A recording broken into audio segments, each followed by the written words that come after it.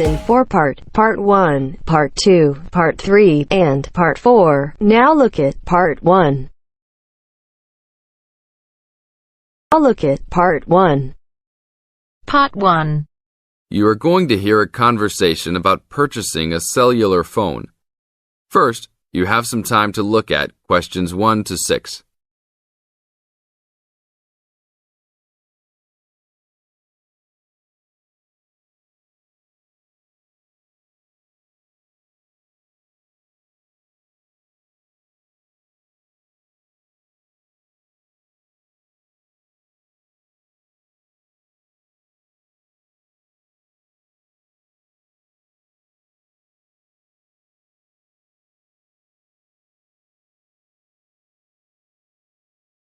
Now listen to the tape and answer questions 1 to 6. Excuse me, can you give me some information about purchasing a cellular phone? Of course, my pleasure. We carry all sorts of phones, from the most basic phones to very sophisticated web-enabled phones. I will do my best to help you find a phone that suits your needs. Thanks. I'm looking for 2 cellular phones, one for me and one for my son. I think I won't need anything too sophisticated, just your basic phone functions. But maybe my son will like something with more functions. Sure, well, let's take a look. So you have no preferences at all? What about the size or colour? How about the brand? Well, I don't really care what brand the cell phone is, but I guess I don't want anything that's too big or too small. I want a phone that can fit nicely in my hand and in my pocket. If it's too big, it might be too heavy, and if it's too small, I might lose it. Colour I don't really care about either. Well, I don't want a pink phone. OK, so let's look for something suitable for a working person. How about this one? This one is the R55. It is black, not too big, not too small, all the usual functions. The best feature of the R55 is that it can be used worldwide, even in Europe or Asia. It looks good. How much does it cost? It is only $100. If you sign up for a calling plan, then we will give you a $50 discount on the phone. How old is this model, though? I don't want anything that's too old. This model was introduced into the market about 3 years ago, so it is a bit older, but be assured it will still work fine. Well, I think I still want something not as old. How about from last year? Any good phones from around that time? Yes, there are some. How about this one? It's the new model of the phone you just looked at, called the W55. Most of the features are the same. There are some new features on the W55 though. The battery will last up to 2 days longer, and the overall weight of the phone is lighter. How much is this one? This is selling for $150. If you purchase it along with a phone plan, then it will be only $100. OK, I think I'll take this one. Now, I need to pick up a phone for my son. I think he'll want something more trendy, so how about a new model for him? Nothing too extravagant or expensive, though. This right here is the newest offering from the leading company in the cellular phone business. The phone is called the Rocket. It is well suited for teenage users. Among the teen-friendly features are 10 songs to choose from, a free messaging system that allows friends to send text to each other, and voice recognition dialing. The thing most younger users like about the Rocket is that it has a screen that changes colours. All this for only $100 with a purchase of a 1-year phone plan. Sounds like something my son will like. Can I sign us both up at once? Yes, of course. Both of you can share one plan. You will pay only $50 a month for both of you to share a plan. That's it? Only $50 a month? Yes, that's all. Now look at questions 7 to 10.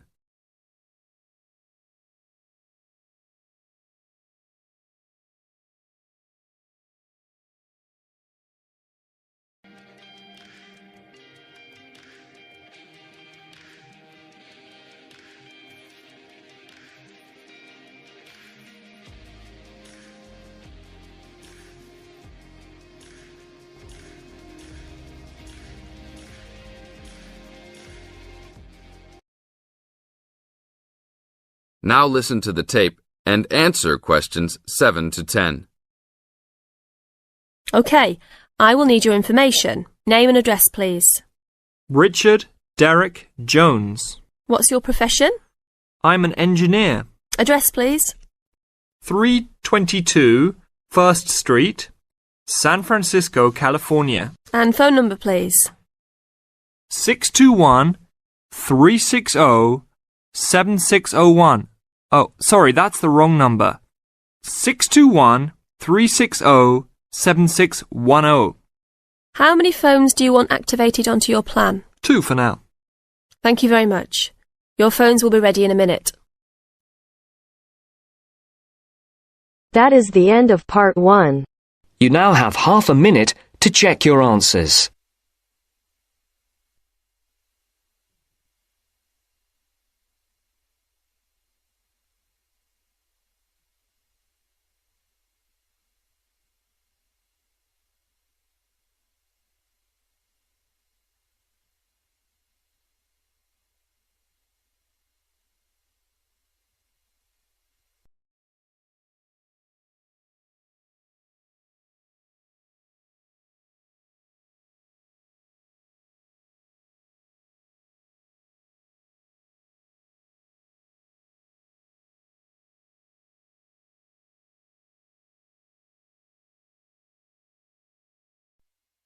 Now turns to part 2. Part 2. You will hear a lecturer discussing the possibility of creating nuclear fusion. First, you have some time to look at questions 11 to 15.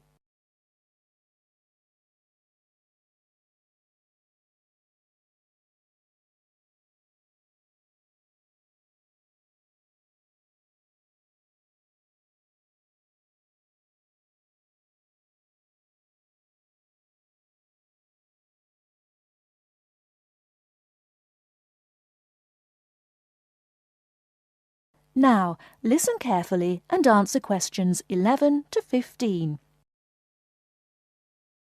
We look at the sun, a huge ball streaming out essentially limitless energy into space, and we think about how we need that energy here on Earth.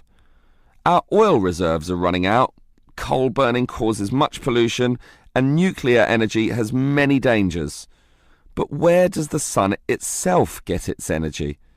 The answer is that the sun makes it using fusion, or, more specifically, in a hydrogen fusion process. There is no pollution, no radioactivity, no waste products, and we have plenty of hydrogen. So, hydrogen fusion seems the perfect answer to our energy needs, and scientists have long attempted to achieve it here on Earth. So what happens during this process? The first step is to make 2 light atomic particles approach. In the case of our sun, these are hydrogen particles, the lightest and also the easiest to deal with. However, the problem is that the nuclei of atoms have electric fields, and fusion between these particles is opposed by their similar electric charge. They most naturally repel each other, and the nuclei of all elements are exactly the same in this respect. Thus, in order to overcome this repulsion and force them together, in the second step, the particles are heated. The trouble is, you need a lot of heat, incredible temperatures of the sort only seen on the surface of the sun. This is many millions of degrees, far higher than the melting point of any known material. Still, the concept is simple. The hot, wildly moving particles, which are now called plasma, will crash into each other, resulting in the third step, the fusion into helium, which releases energy and begins a self-sustained process. Before you hear the rest of the talk, you have some time to look at questions 16 to 20.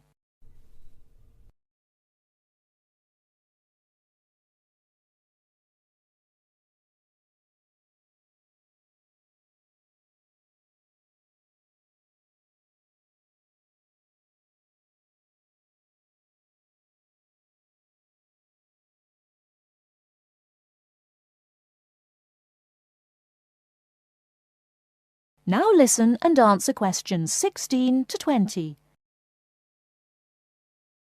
So, we know how fusion works. Thus, the big question is, can we create it here on Earth? We actually have the technology to superheat hydrogen into plasma, but no container on Earth can deal with those temperatures.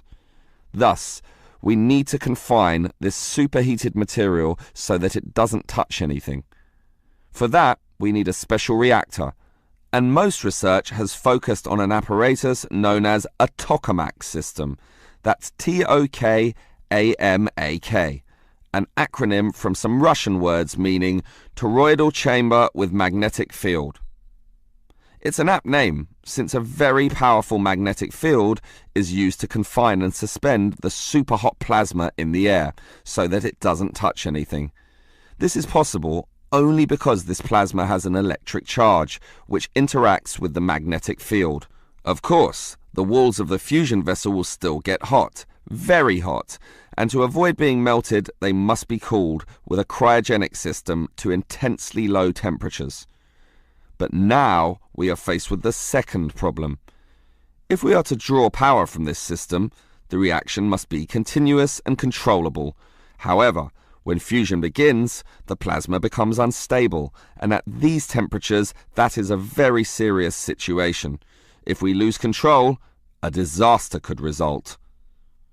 Despite the obstacles, in 2010, a European device managed some success, but needed far more power to generate the fusion reaction than that produced from the fusion itself. Obviously then, it was not useful as a power source. More to the point, this system could only sustain a fusion reaction for a fraction of a second, yet, to self-sustain, the fusion needs to run for at least 10 seconds. And the future looks bleak. Unfortunately, most scientists predict that many decades will have to pass before fusion power can become a practical reality. That is the end of part 2. You now have half a minute to check your answers.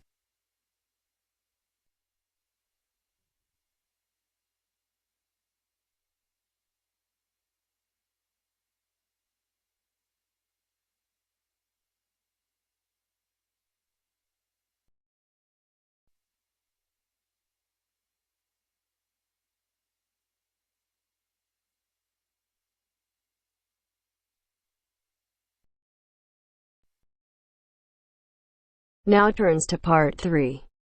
Part 3. You will hear two students talking about a class assignment about wild bird rescue and rehabilitation. First, you have some time to look at questions 21 to 25.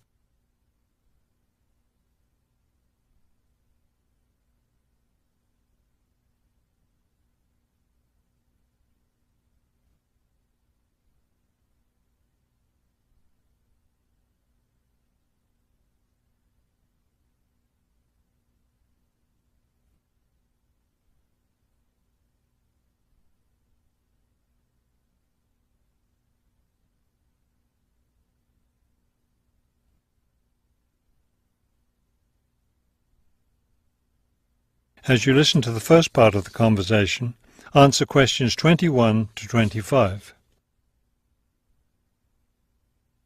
Okay, let's go over the requirements and see what we have left to do. Let's see. We have to give the professor a written summary of the information we've gathered on our topic, wild bird rescue and rehabilitation. The other written thing we have to turn in is a case study of the rehabilitation of one bird.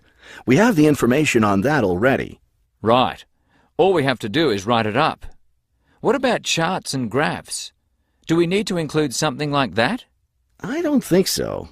They aren't really relevant, but we do have to turn in a list of the resources we used. Naturally. What about videos? I heard some of the other students were doing that.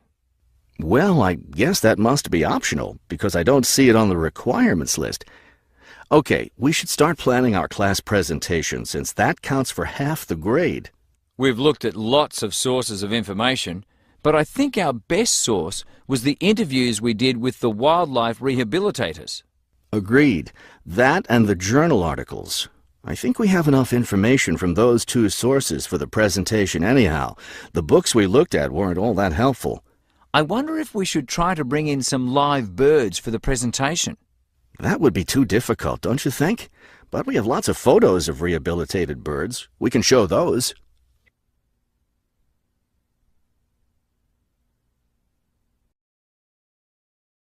Before you hear the rest of the talk, you have some time to look at questions 26 to 30.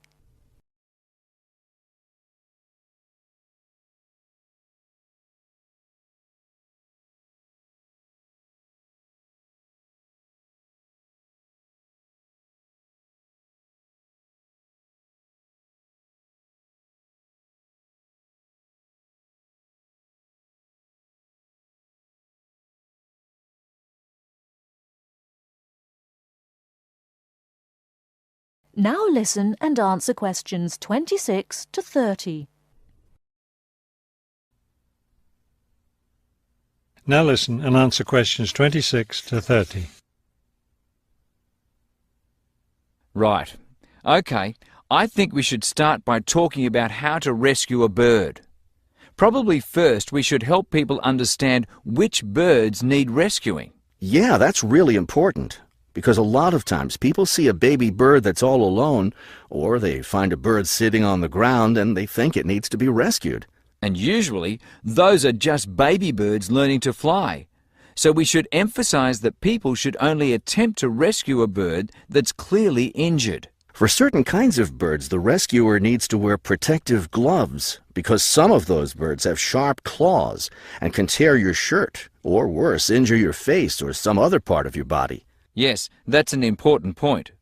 OK, next, let's tell people to put the injured bird in a box with good air circulation.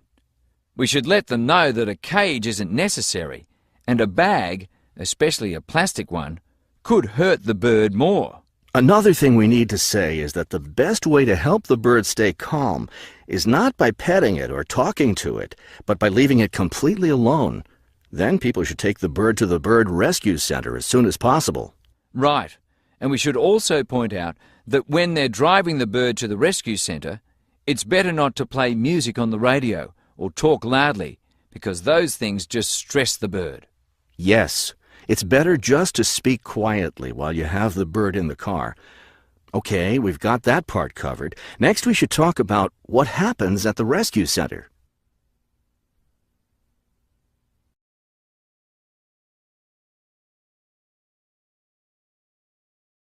That is the end of part 3. You now have half a minute to check your answers.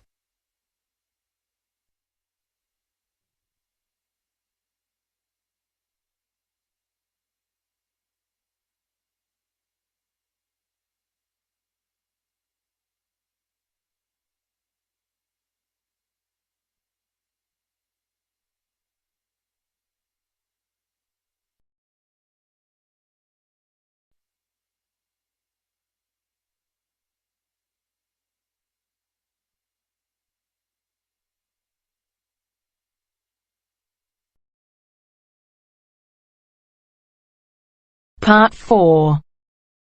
Going to hear a conversation between two students. They are talking about the English bars. As you listen, complete the notes below. First, you have some time to look at questions 31 to 40.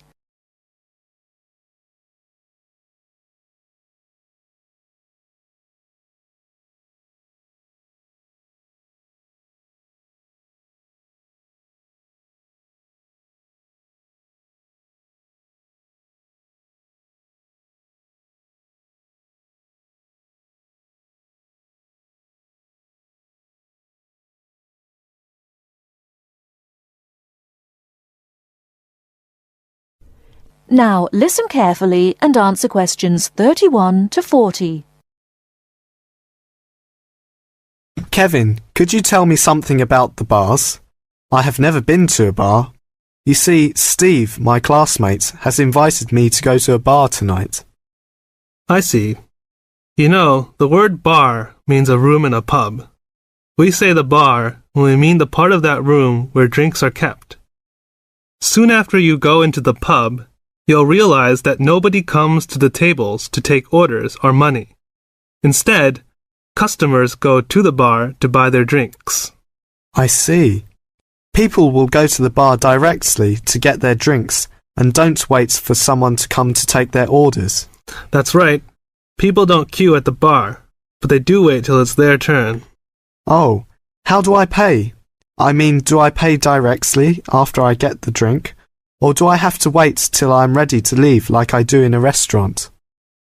It's not the custom to pay for all your drinks when you're ready to leave. Instead, you pay at the bar each time you get drinks. It helps if you're ready to pay as soon as you're served, and you'll notice that many people wait with their money in their hands. I see. Do I have to give a tip? No, it's not the custom to give a tip. It's very common for friends to buy their drinks together in rounds. This means that each person takes a turn to buy drinks for everybody in the group. It's faster and easier, both for you and for the person serving, if drinks are bought in this way. Naturally, you don't have to have a drink in each round if you don't want one.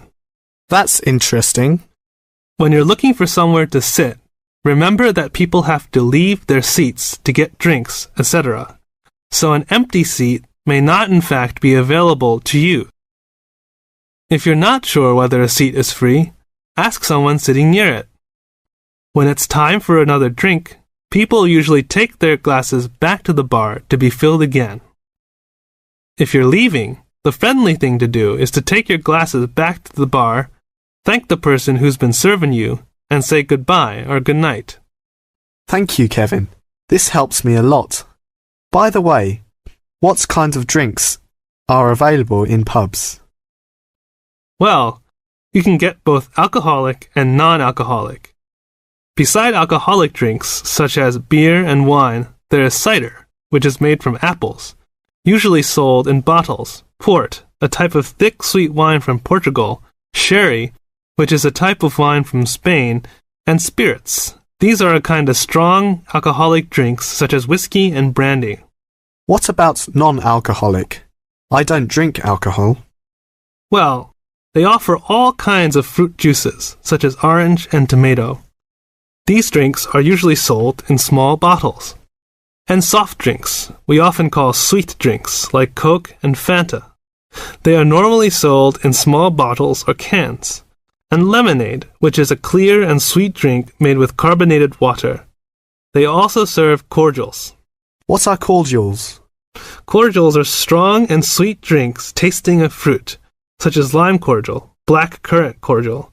They are often added to other drinks or drunk with water. I don't like sweet drinks. Are there any other non-alcoholic drinks? Yes, mineral water, but it's not available in all pubs.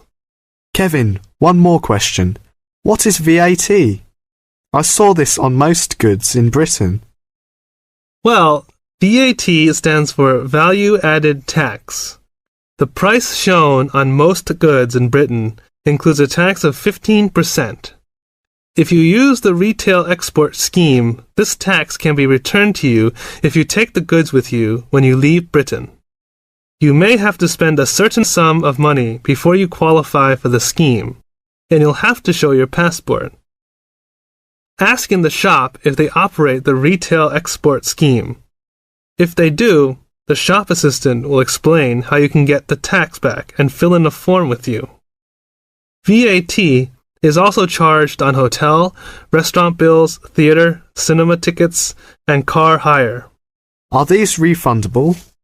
No, it's not refundable in these cases. Thank you very much. I really learned a lot.